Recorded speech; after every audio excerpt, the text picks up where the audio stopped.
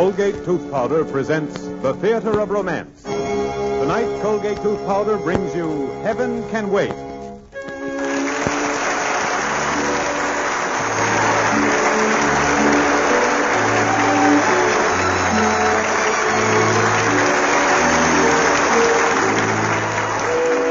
Tonight and every Tuesday night, Colgate Tooth Powder brings you The Theater of Romance with your favorite players in your favorite motion pictures, stories, and plays.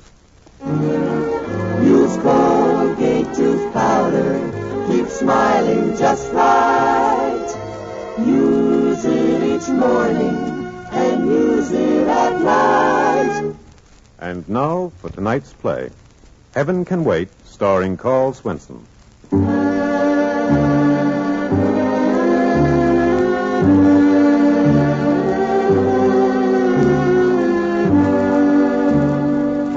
So today, with heavy hearts, we mourn the passing of a friend, Henry Van Cleve.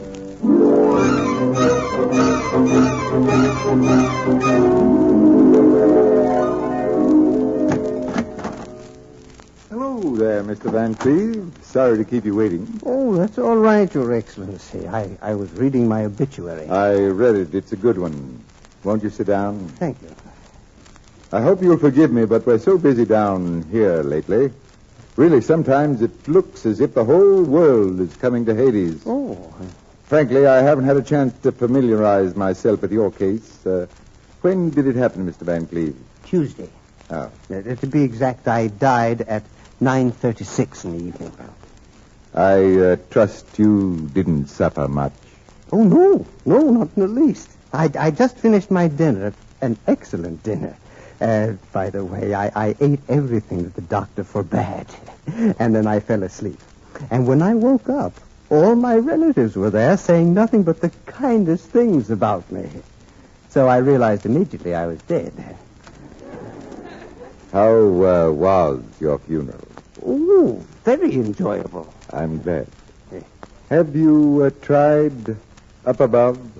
No, Your Excellency. I know the life that I have lived, and I know where I belong. And I'd like to get it over as quickly as possible. Very well. Now, if you meet with our requirements, we'll be only too glad to accommodate you. Would you be so kind as to mention one of the outstanding crimes you've committed? Crimes? Yes. Well, I'm afraid I can't think of any actual crime. But my whole life has certainly been one continuous misdemeanor. My dear Mr. Van Cleve, a passport to Hades is not issued on generalities. You'd better tell me a little about your life. Oh, well, perhaps the best way to tell you the story of my life is to tell you about the women in my life. Let's start with the first woman, my mother.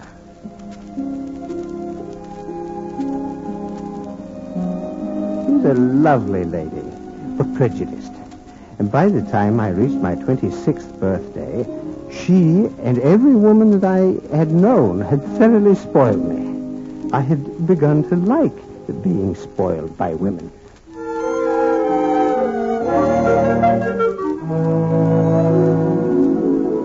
Are you all right, my boy? What? Oh, yes, Mother. I was just coming down. Many happy returns, son. Oh, thanks, Mother. What is the matter with you? Nothing. Except I can't get her out of my mind. Who? A girl I met yesterday. Oh. Well, I hope she's from a good family. Mother, I don't know, and frankly, I don't care. Well, what's her name? Where does she live? Oh, I wish I knew. She's like a waltz by Strauss, a minuet by Mozart. If I could find her again and she wanted me to stop gambling, I'd never touch another card. I'd stay home every night. I'd never look at another woman. I might even go to work. Oh, Henry, I'm so happy to hear you say that. Mother, the cab is still waiting out front, and I promised him... I know. Your heart is always bigger than your father's pocketbook. Well, look under your pillow. I put a few dollars there last night. Oh, Mother. Sometimes I wonder if you're not spoiling me.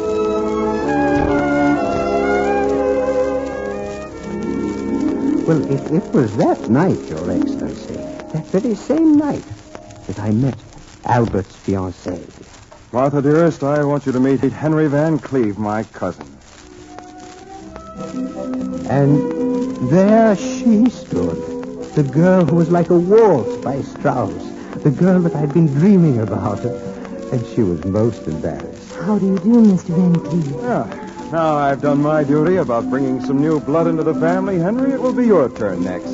I'm afraid that I'll never have your luck, Albert. Albert, will you come here a moment? Oh, yes, Aunt Bertha. Excuse me, Martha, dear. Of course. So your name is Martha Strable. I should have told him. It would have been the thing to do. It shall remain our secret. I promise you. Thank you. Yes, we had a secret. The most innocent secret I ever had, Your Excellency. I had stopped in a telephone booth in a department store to make a call. And in the next booth, I heard a girl. Mother, I'm at the hairdresser's. Yes, they're still doing my hair. Oh, I'll be home soon. Don't worry, Mother. Bye. Now, here was a girl lying to her mother. Well, naturally, Your Excellency, that girl interested me at once. And so I followed her. And it's only fair to add that even if she hadn't lied to her mother, I should have followed her anyway. And she left the department store and went into a bookstore. And I went in behind her and put my hat and cane on a chair and went up to her. May I help you, miss? Thank you. I would like to... Are there no women clerks? Unfortunately not, but if you'll just tell me... Well, maybe I'd better come back some other time. Please, miss, my employer is watching me, and if he sees me losing a customer, it might cost me my job. Oh, I'm so sorry. Yes. Naturally, I wouldn't like to deprive you of your livelihood. Thank you. Thank you. I could tell the moment I looked at you that you had a very kind heart. Perhaps I can buy some other book. Well, why another book? Well, what's the name of the book that you want? Well, it's right over there between To Have and To Hold and When Knighthood Was in Flower. Oh, well, let me get it then. Let's see. Here, is it this? The Bride's Guide? Yes, that's it. Oh, you're married then? Well, no, not yet. How much is the book? Are you sure that you want to buy this? Now, Well, look at this picture in the front of the woman who wrote it, Dr. Blossom Franklin. Now, she doesn't look like a very good guide for a bride. Now, let's imagine that I am the man that you're going to marry. I couldn't possibly imagine any such thing. What? What's the matter with me? You think I'm not terrible? Please, I just came in here to buy a book, that's all. Well, you better change your attitude or I'll have to complain to your employer. I'm not employed here. I'm not a book salesman. I took one look at you and I followed you into this store. What? If you had walked into a burning building, I'd have become a fireman. What? If you'd walked into an elevator, I would have stopped it between two floors. And we would have stayed there the rest of our lives. You're incredible. Wait. Now, you can't run out of my life Now, like see this. here, I think your behavior is outrageous. It's mad, and I insist that you leave me at once. I simply won't have you following me. I will follow you to the ends of the world. Oh, what's wrong, lady? Is this man annoying you? Am I annoying you? Tell the officer. You... no. Ah. The gentleman was just saying goodbye. This is my carriage, officer. Goodbye. Goodbye.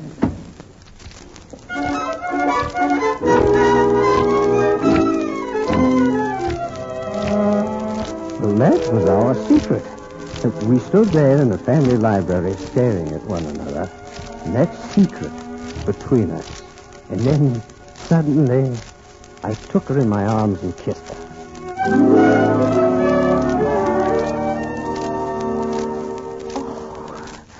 Cousin Henry, you must never do anything like that again. It was completely uncalled for. Oh, you're so wrong. It was completely called for. Why, even Albert, my own fiancé, never dared to... To kiss you? Well, not like that. Do you love Albert? I'm marrying him, am I not? Do you think that you can make a man happy whom you don't love? He's a fine man. He's good. He has integrity. He's full of high ideals, and he's... Oh, Oh, I wish I'd never met you. Oh, darling. Now, don't put your arms around me. It isn't proper. Why do you want to marry Albert? Because I've always wanted to live in New York. And Albert was the first boy that ever asked for my hand that both my father and mother liked.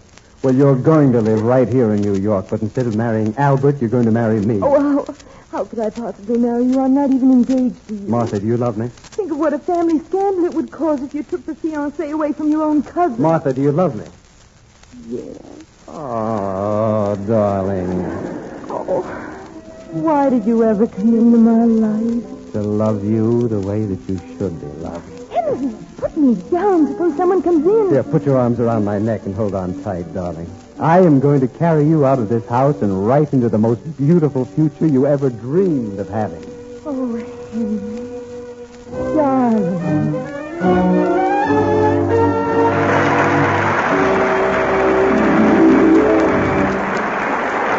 And now, as the curtain descends on Act One of Heaven Can Wait, let's hear a little true life drama.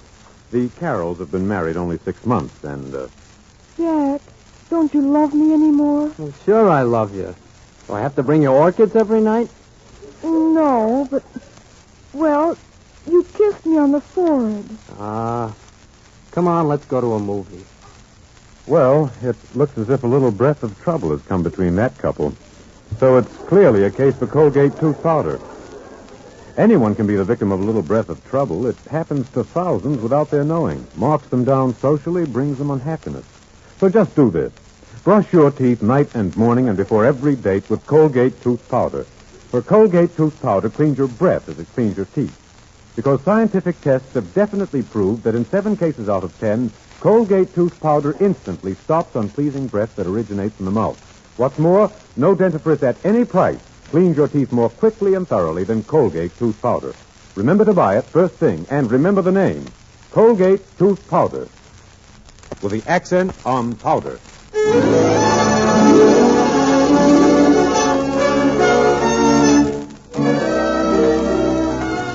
Colgate tooth powder brings you the second act of Heaven Can Wait, starring Carl Swenson with Betty Winklet.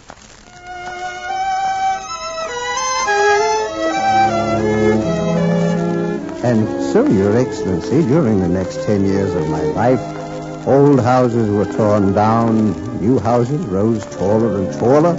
Martha and I had a son that we both adored. I thought it was a marriage with unshakable foundations. But the day before my 36th birthday, I went up to Martha's room to see why she hadn't come down for breakfast, and found it empty. There was a note on the dresser. Please don't try to follow me. I'm going back to Kansas, and I don't ever want to see you again. As soon as I have settled down, I will make plans about Jackie. Don't let him know anything. With your ingenuity, it will be easy to make up a story. Martha. What's the matter, Henry? Martha's gone, Grandfather. What? I just found this note.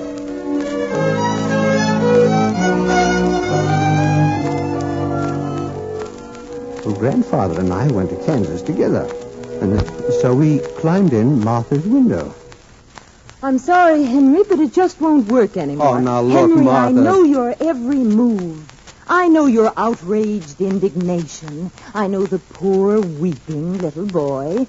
The wounded lion who's too proud to explain what happened in the jungle last night. It won't do you or Grandfather any good to say one word. All right. All right, darling. I know that it's all over, and I'm sure that you'll find someone who will really be worthy of you. But can't we pretend for just 1 minute? I brought you an anniversary present, and I'd like you to have it.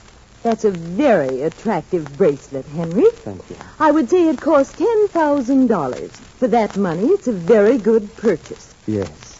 What are you talking about? You see, I've already seen the bill for it. Maybe you'd like to look at it, too. It's right there on the table. If you'll notice, it says May 2nd, 1 bracelet delivered, $500. And on May 21st, 1 bracelet delivered, $10,000. Oh, there must be some mistake. Yes, because I certainly don't remember receiving any bracelet from you on or about May 2nd. Oh, well, so that's what it's all about. Well, that's very easily remedied. I'll call Mr. Tiffany and have him tell you himself that it's a mistake. certainly never purchased any bracelet on the second. I'm sorry, Henry. I just don't believe you. Now, see here, Martha. We can't spend too much time wrangling. We're going to miss our train. Why don't you and Henry continue this on the way home? Because I'm not going home with Henry. Yes, you are. You love Henry, and Henry loves you, and you're both going to forgive and forget. I know you love Henry enough for that. Don't you, Martha? Yes. I guess I do, Grandfather. Well, after Martha and I went back, one birthday began following another, faster and faster. I became 45, 46, 47, and then I stopped counting. On one of those birthdays, Martha and I went to the Follies, and at the end of the first act, we saw coming down the Ziegfeld staircase a very attractive girl. I must admit she was attractive, and I'd heard many things about her which made me very anxious to arrange a meeting, which I did a few days later. With admirable discretion, I called myself Mr. Jones. Oh, I must thank you so much, Mr. Jones, for these beautiful, beautiful roses. When I saw you the other night at the Follies going down that stairway, I said to myself... That's the girl of my dreams. Yes, that's right, Miss Nash. You see... Call me Peggy. Well, this is delightful. Hello, Peggy. Hello, Jonesy. Say, I really went for the note you sent with your flowers. Oh. It was full of charm. It had all the quaintness of bygone days. Really? I certainly like your old-fashioned approach better than the guy that pulls a diamond bracelet out of his pocket and slips it on the minute he meets you. Oh, you're so right. And let me tell you, a bracelet presented hastily is usually selected hastily, but a bracelet chosen with care has better stones. The very best. Oh, Jonesy, that all sounds so wonderful. But how could I explain such a gift to a mutual friend of ours?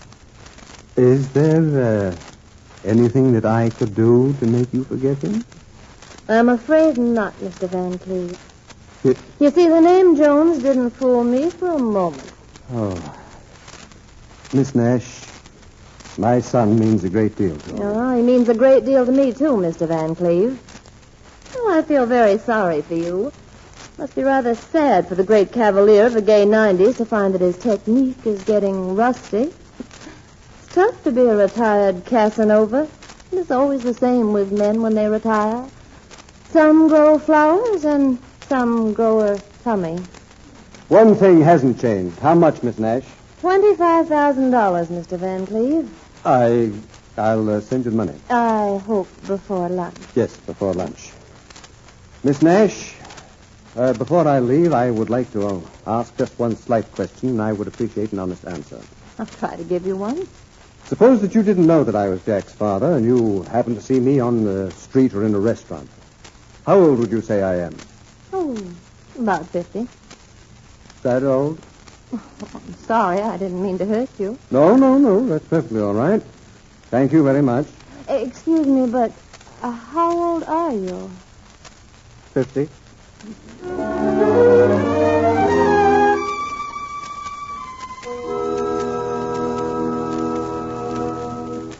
Who are you talking to on the phone, Martha? Were you listening? No, but I heard you hang up as I came in. I'll tell you about it later. Come on, darling. All our guests are waiting. You haven't forgotten our anniversary again, have you? No, I haven't. But I'm not going to leave this room until you tell me. Darling, there's really nothing to tell. I was just talking to the doctor. The doctor? Is there anything wrong? No, of course not. I just had a little dizzy spell. What? Now, come on, let's go down and dance and be very gay. But wait, are you sure you're all right? Listen, dear. If you don't worry too much about me, we'll both live to celebrate our 50th anniversary. Now, come on. Let's dance.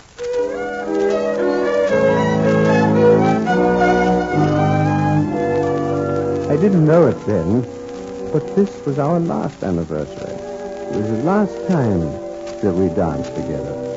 Martha only had a few more months with me, but she made them the happiest of our life together. I had quite a few years left, but they weren't much without her. And at last, one day they got me down in bed, too. The last thing I remember was being awakened by a touch on my forehead. I opened my eyes, and there was Nellie Brown, registered nurse. Blue-eyed, blonde, and beautiful. Your Excellency, one look at her, and it didn't even matter whether she was registered or not. And then Nellie took out a thermometer and said, "Open your mouth." Well, who wouldn't for Nellie? And then she put the thermometer in, and my temperature went up to 110. Who could ask for a more beautiful death? Well, Your Excellency, that's the story of my life. And now I think you might as well register me in Hades and be done with it. No, Mr. Van Cleve, please don't think me inhospitable, but we don't cater to your class of people down here. You'll have to make your reservation somewhere else. Somewhere else? They may inquire about you among the residents in the main building, and I think you'll find a lot of people who'll give you a good reference, and that always helps. Come, I'll walk you to the elevator. Oh, thank you. For instance, there were several young ladies. I'm not sure they're in my favor. Some of them might be there, and so far as I can see, you've made them all very happy. I'm sure they'd like to see you happy, too. And if they all should fail, there is someone else. Oh, yes. Yes, she is up there. So, Mr. Van Cleve, I'd say you have a very good chance. Now we'll ring for the elevator. Well, Mr. Van Cleve, good luck. Thank you. Thank you very much, Your Excellency. Here we are. Goodbye, Mr. Van Cleve. Goodbye, Your Excellency, and thank you. Do I take him down, sir? No. Take him up.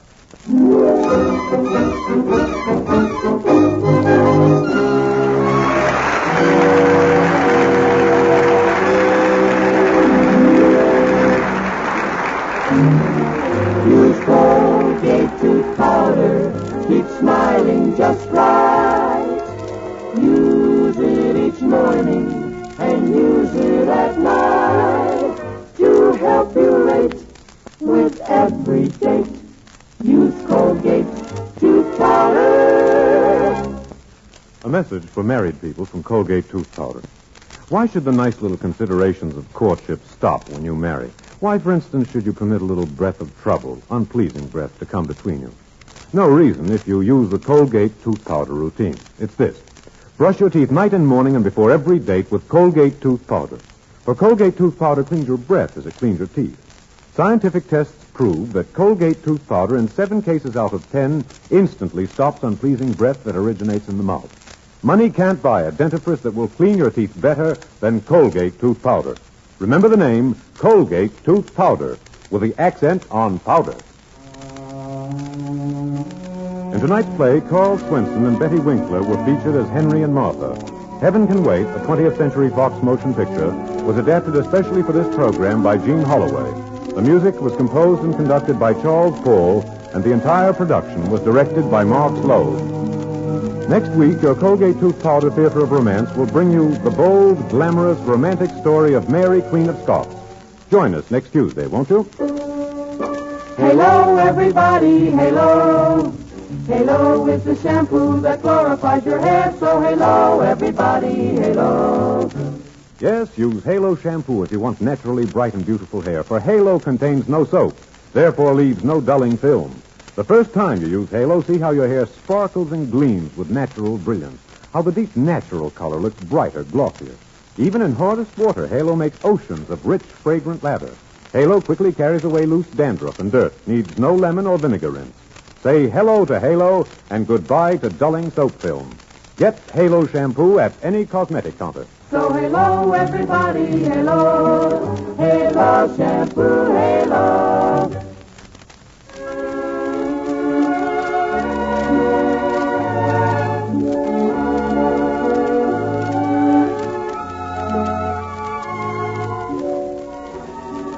Now we have some important news for you. Beginning Tuesday, September 4th, the Colgate Theater of Romance will come to you from Hollywood. Each week we will present famous stage and screen stars and outstanding productions. For our Hollywood premiere, we will present Van Johnson and Susan Peters in Seventh Heaven. This is CBS, the Columbia Broadcasting System.